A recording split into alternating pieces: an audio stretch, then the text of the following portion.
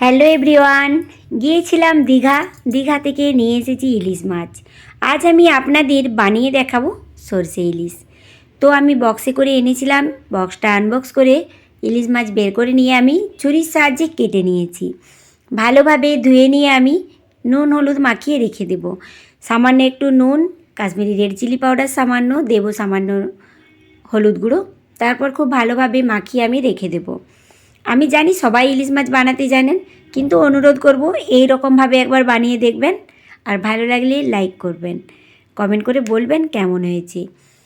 Gas on করে কড়া বসিয়ে দিয়ে দেবো সামান্য তেল। ওই তেলে আমি ইলিশ মাছগুলো ভেজে তুলে রেখে দেব। এবার ইলিশ মাছের মশলাটা রেডি করে নিই।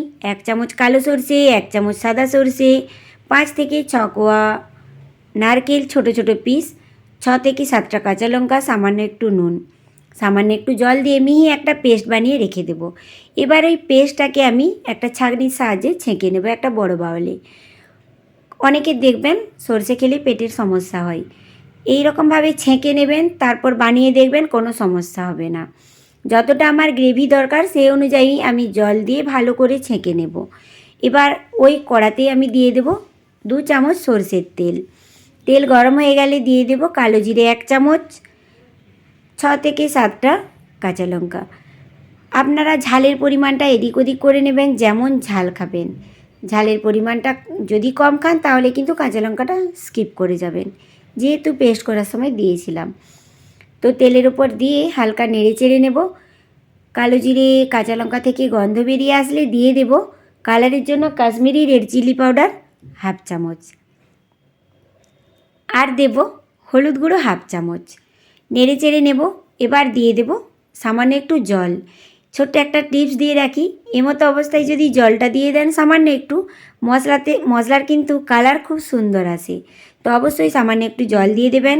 হালকা নেড়ে চেড়ে নিয়ে দিয়ে দেবেন পেস্ট করে রাখা মশলা, ছেঁকে রাখা মশলাটা দিয়ে আবার নাড়িয়ে নিয়ে চাপা দিয়ে রেখে দেব 2 থেকে 3 মিনিট। রেখে দেবেন 2 থেকে 3 মিনিট। 2 থেকে 3 মিনিট পর ফেরত আসবেন। জলটা যেরকম আপনারা গ্রেভি খাবেন সেই অনুযায়ী জলটা হয়ে গেলে দিয়ে দেবেন ভেজে রাখা ইলিশ মাছ। যেহেতু মাছটা ভেজে রাখা আছে সেই জন্য বেশি বয়েল করার দরকার নেই, 1 মিনিট বয়েল করলেই হয়ে যাবে। এবার আমি মাছটা দিয়ে দেব, তারপর 1 মিনিট চাপা দিয়ে রেখে দেবো সামান্য একটু মশলার সাথে মাছটা মিশে যাওয়ার জন্য, গন্ধটা বেরোনোর জন্য। তারপর চাপা খুলে ওপর থেকে 1 চামচ সরষের তেল, 5 থেকে 6টা কাঁচা লঙ্কা কুচি দিয়ে গরম গরম ভাতের সাথে সার্ভ করব সরষে ইলিশ। তো কেমন লাগলো অবশ্যই বলবেন, ভালো লাগলে লাইক করবেন, কমেন্ট করবেন, শেয়ার করবেন।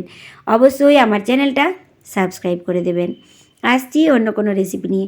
দেখুন কত সুন্দর কালার এসেছে।